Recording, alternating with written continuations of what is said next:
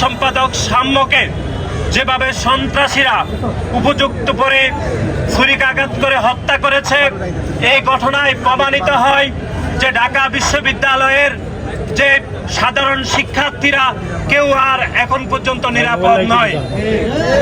এর আগে আপনারা দেখেছেন 5 আগস্ট, পরবর্তী সময়ে আপনারা দেখেছেন ঢাকা বিশ্ববিদ্যালয়ের সবুজ চত্বরে কিভাবে তোফাজ্জল নামের একজন মানসিক বিকৃত লোককে কিভাবে হত্যাকাণ্ডের শিকার হতে হয়েছে ঢাকা বিশ্ববিদ্যালয়ে। আমরা আজকের এই সমাবেশ থেকে স্পষ্টভাবে বলতে চাই, গণ অভ্যুত্থান পরবর্তী সময়ে যে প্রশাসন ঢাকা বিশ্ববিদ্যালয়ের দায়িত্ব নিয়েছে, সেই প্রশাসন ঢাকা বিশ্ববিদ্যালয়ের সাধারণ শিক্ষার্থীদের নিরাপত্তা দিতে চরমভাবে ব্যর্থ হয়েছে।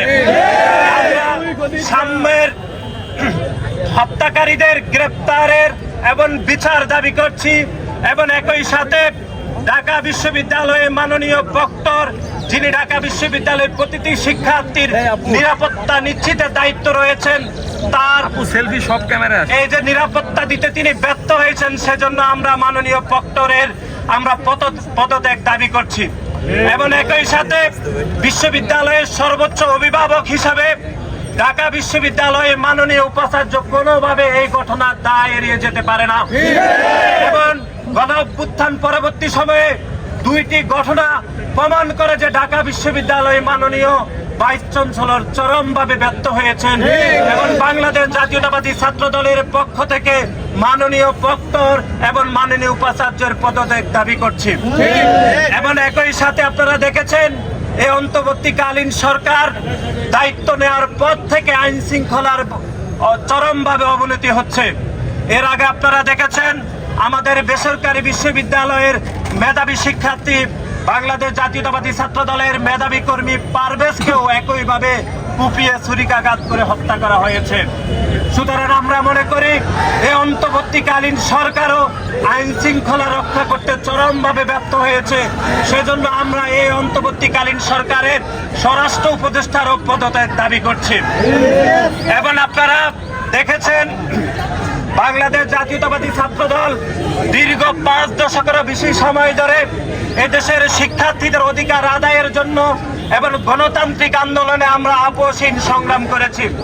এবং গত জুলাই এবং আগস্টে বাংলাদেশের একমাত্র ছাত্র সংগঠন হিসাবে বাংলাদেশ জাতীয়তাবাদী ছাত্র দলের 100-এরও অধিক নেতাকর্মী এই জুলাই এবং আগস্টে যারা শহীদ হয়েছেন।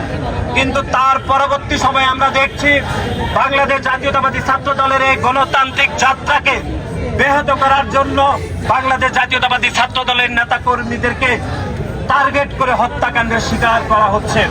এবং গতকাল যে সাম্যকে হত্যা করা হয়েছে, এর আগে বেসরকারি বিশ্ববিদ্যালয় ছাত্র দলের পারভেজকে হত্যা করা হয়েছে, 2টি হত্যাকাণ্ডের ধরন কিন্তু একই, যে ছুরিকাঘাত করে তাদেরকে হত্যা করা হয়েছে।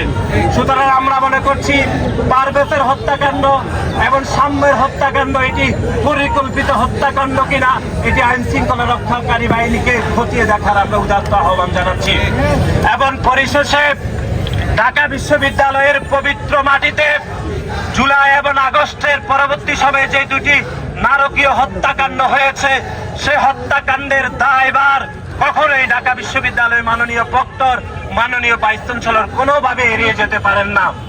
এবং আপনারা দেখেছেন গতকাল ঢাকা বিশ্ববিদ্যালয়ের মাননীয় উপাচার্য তিনি তার বাসভবনের সামনে এসে শিক্ষার্থীদের সাথে অশোভন আচরণ করেছেন। সেই অশোভন আচরণের আমরা তীব্র নিন্দা জানাচ্ছি। আমরা মনে করছি বাংলাদেশ জাতীয়তাবাদী ছাত্র দলের প্রতিটি নেতাকর্মী শহীদ প্রেসিডেন্ট জিয়াউর রহমানের আদর্শে উদ্বুদ্ধ হয়ে দেশনেত্রী বেগম খালেদা জিয়া এবং আমাদের দলের ভারপ্রাপ্ত চেয়ারম্যান জনাব তারেক রহমানের নেতৃত্বে যে গণতান্ত্রিক আন্দোলনে রয়েছে, সে আন্দোলন থেকে দূরে সরাতে এরকম টার্গেট করে বাংলাদেশ জাতীয়তাবাদী ছাত্র দলের নেতাকর্মীদেরকে হত্যা করা হচ্ছে।